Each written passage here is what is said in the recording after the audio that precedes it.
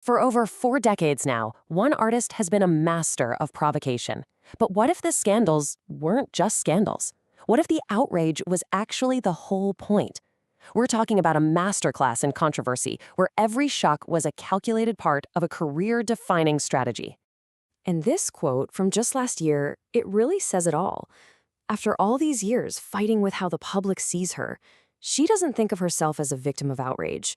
No, she sees herself as a pioneer, a trailblazer who's willing to take the hits so that maybe others won't have to. Because you gotta understand, what we're looking at here isn't just a highlight reel of random scandals. It's a deliberate, career-long artistic strategy, and it was designed to force some pretty difficult conversations. So, let's break it down. Okay, let's dive right into our first case study. The date is March 31st, 1994. And this is the night that Madonna basically crashed late-night TV and created one of the most chaotic and infamous interviews in television history. Yeah, the whole thing just exploded when she dropped the F-bomb. And I mean, not just once or twice, but 14 times. This was no accident. It was pure defiance that sent the censors into a total panic and turned the episode into an instant legend. And this is where you see this huge gap between what she meant to do and how people actually reacted. Her goal, to call out what she saw as media hypocrisy. The result? Well, Letterman got his best ratings ever, while the public just saw her as this out-of-control pop star, leading to a flood of official complaints. About a year later, she finally explained what was going through her head. With this one quote, she reframed the whole thing. It wasn't a meltdown, she argued. It was a protest against the ridiculous double standards of TV censorship. Why, she asked, is it okay to show violence, but a 4-letter word is off limits? Okay, let's fast forward a bit. By 2003, Madonna wasn't just poking the bear anymore. The stakes got way, way bigger. She was no longer just messing with TV etiquette. She was taking on the single biggest political issue of the day, the war in Iraq. So the original video for her song American Life, wow, it was just packed with this incredibly intense anti-war imagery. You've got models in designer military gear on a runway, cut with these jarring scenes of conflict. And it all leads up to her throwing a grenade that's caught by a George W. Bush lookalike who then casually uses it to light his cigar. And this slide right here shows you everything you need to know about how time can change perception. Back in 2003, critics absolutely destroyed the song. One magazine called it the most embarrassing rap ever recorded.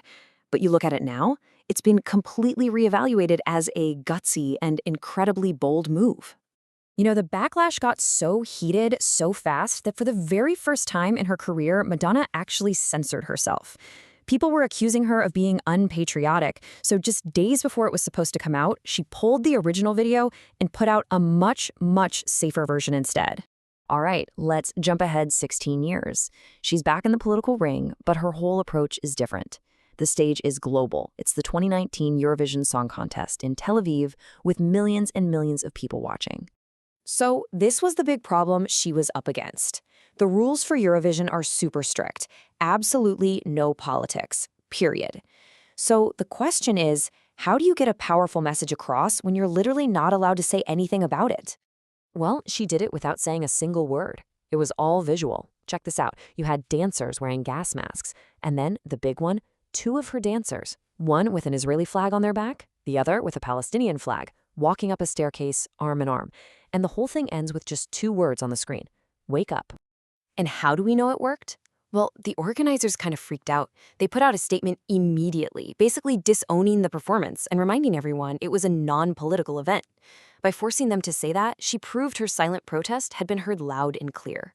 Which brings us almost up to the present day, to her most recent fight. In this one, it's not about global politics. This one is deeply personal. It's about taking on our culture's biases against women, against aging, against just appearance. Okay, so the context here is everything. Madonna wasn't even performing at the Grammys. She was there to introduce a truly historic moment by Kim Petras. But online, nobody was talking about that. The entire conversation got hijacked by a wave of cruel jokes and mean-spirited talk, all focused on her face. Her response was fast, and she did not hold back. She didn't just brush off the trolls. She called it exactly what she saw it as: ageism and misogyny. She made the argument that this wasn't really about her. It was about a world that refuses to let women age without punishment. So when you step back and look at all these different moments together, Letterman, the music video, Eurovision, the Grammys, you start to see it, right? There's a pattern here. This isn't just about causing trouble. There is a method to the madness.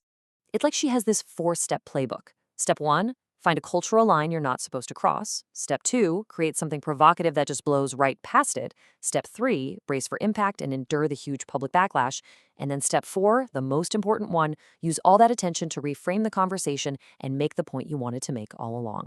So in the end, her legacy, it's so much bigger than just the hit songs. It's really this consistent, decades-long campaign to push society's boundaries. Again and again, she has made herself the target, on purpose, soaking up all that public anger to create more room for the artists and the women who came after her. Which kind of leaves all of us with one big question to think about. Madonna clearly made her choice a long, long time ago. But what do you think? Is an artist's job to make us feel comfortable and reflect the world as it is? Or is it to challenge us and maybe even make us a little uncomfortable, to force us to see things differently?